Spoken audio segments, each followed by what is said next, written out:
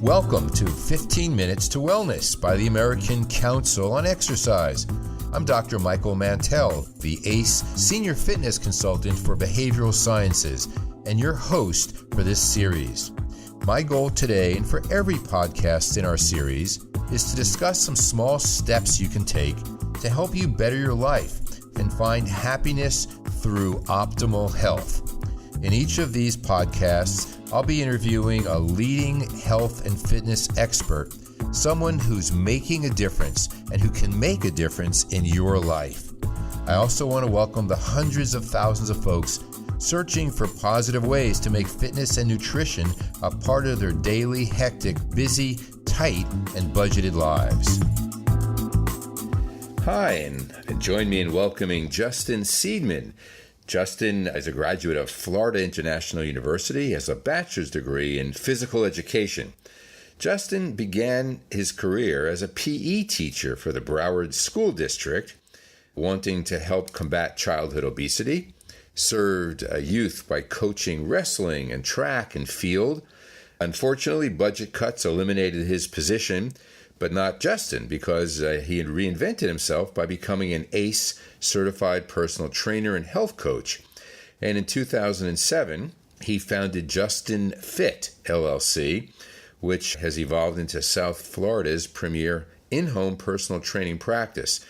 Justin now leads a team of highly qualified and enthusiastic coaches who are successfully helping thousands of kids create healthy lifestyles.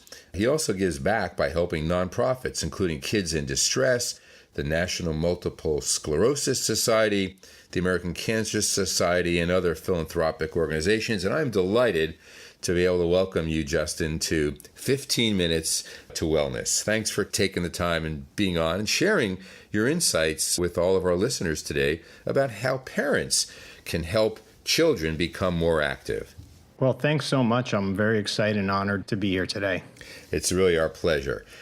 Justin, the CDS says that kids growing up in the United States today will suffer more chronic disease and premature death from eating badly and lack of physical activity than from tobacco, alcohol, and drugs combined.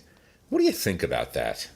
Well, it's definitely very unfortunate, being that this is something that could be easily prevented. And that's what we're going to be doing today, is giving some parents some great tips and strategies to be healthy role models for their children. Well, we're going to discuss some of those strategies. I read a statistic somewhere that about a third of kids under 2 are using tablets today, and they're becoming robotic babies. Is that your experience out there in South Florida? There's certainly an epidemic of people that are too dependent on technology, that are really substituting activity with iPhone games and iPad apps and that sort of stuff, where when I was growing up, we were out playing. Right. The old go out and play until the lights come on, right? Absolutely. Yeah. So you have been spending a lot of time with kids over your career for numbers of years. You work with children in schools and out of schools. You deal with coaches who help kids gain activity. Tell us a little bit about what you are running into with parents and they're supporting these activities. Sure. Parents always have the best intentions, but between work, social obligations, there's very limited time that they really can devote to being a healthy role model to their children today. They're running from one place to another, trying to cross things off of their to-do list. But unfortunately, they don't also have the education necessary to really not just, talk the talk, but walk the walk themselves. Well, and if it isn't the electronic digital games and equipment, it's watching TV. The American Academy of Pediatrics says that if a child is 2 years of age or under, they shouldn't watch TV at all. And if they're over 2, then maybe an hour or 2 a day. But today we have kids who are watching 35 hours a week of television. They may as well get a job. Yeah, it's certainly way too much television. So tell us some of the tips you have for parents who want to help their kids become more active, but we know that sedentary kids copy sedentary parents. So what thoughts do you have? I was very fortunate to grow up with two wonderful role models. And my parents did a really excellent job of setting an example for me and my brother and sister that exercise isn't about obligation or drudgery, but more about freedom and fun. And it was something that we got to do and we look forward to doing. One of the things that I've done with my own son, who's 2 years old now, is I've started him from the earliest age possible. I participate down here in a lot of 5K events, a lot of biking events, and that's one of the things that I incorporate into my personal training and health coaching practice is bringing my clients out and having them participate. I've taken my son, when he was even just born, my wife would bring him and he would watch me run through the finish line and get a medal, and I would go over to him and put it around his neck. And now that he's a little older, as soon as he was old enough, I would put him in a jogging stroller and I'd take him with me. And as soon as he's old enough, I'm going to have him walking or jogging next to me. So just growing up with that sort of lifestyle, daily family walks, bike rides. If you live in a beautiful sunny South Florida like me, taking a dip in the pool, setting up a volleyball net, just making it a part of your daily life and not something that you feel like you have to do, but something that you want to do. Right. But many parents would say, but he's got a bachelor's degree in physical education. He's a certified personal trainer and health coach through the American Council on Exercise. Of course he does all that. I've got a job and I got to be there at 8 o'clock in the morning and I work till 7:30 at night. I have a commute. I don't live in South Florida. I live somewhere, in the middle of a busy city. I don't know if I can be the role model and be so enthusiastic and participate with my kids. What do we say to those parents? One of my colleagues, someone who has been a mentor to me, and very well, Lee Jordan. Oh, of course. He was a guest he and Beth were guests on our program. So you're familiar with this philosophy that it's not really about doing these extraordinary things. It's about ordinary things done daily. And everybody can be a healthy role model to their children, and everybody can participate on some level in exercise on a daily basis. And there is no gym required for that. So perhaps you can, let's say, plan a family event that includes physical activity, or take kids to places where if it can't be outdoors, it could be indoors, but they can move about safely and easily. And you can enroll kids in sort of after-school sorts of activities that encourage physical activity. Those are the things you're talking about. Yeah, absolutely. Growing up, when I was 5 years old, my brother was 3. My parents signed us up for martial arts, for karate. And a lot of parents, they would come and they would sort of sit there and watch. My dad signed up himself. And he would do the classes as well. He was doing the adult classes. We were doing the children's classes. As soon as we were old enough, we were all in the same class. And that was something that we actually practiced at home, where we come home and we'd practice our martial arts forms. And he was doing it too. So it was just so exciting and a great bonding experience and great quality family time that's not in front of the TV. One of the things that I'm hearing you say is that when parents participate with kids grow up doing and copying what their parents did. So if you want your kid to be a good reader, you read to your child. And everyone thinks that makes sense and is smart because, after all, we want our children to be good readers and good students. So we sit down and we help them do their homework. But you're talking about another aspect of this, and that is what physical activity can do. And we don't want our kids just to be good readers. We want our kids to have better grades, to read more books, to exercise more, and to be healthy weight. And to do that means they've got to be physically active. And so one of the big points you're making, Justin, is participate with your children and be a good role model. That's exactly my point. And when you're doing it together, it becomes so much more meaningful as well. That you can't just tell someone to do something. You have to also do it. Yeah. And our children copy everything we do. Just the other day I was vacuuming, and my 2-year-old, I was done He tried to plug the cord into the outlet and vacuum. They want to copy us. They want to do what we do. And more importantly, you're setting healthy traditions. Yeah. That as they grow up, they're going to want to do with their children. And that's one of the things that I love about my in-home personal training practice is that my clients' children get to see them doing the exercises with me right in their home. And we invite them to join in. Mm-hmm. So during the warm-up, I have my client doing a jumping jack or a modified jumping jack. You look in the background, the kids, their children are also mimicking it and doing it. So that their kids get to see it as well.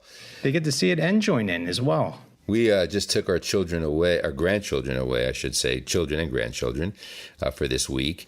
And we're at a great hotel with a great gym facility.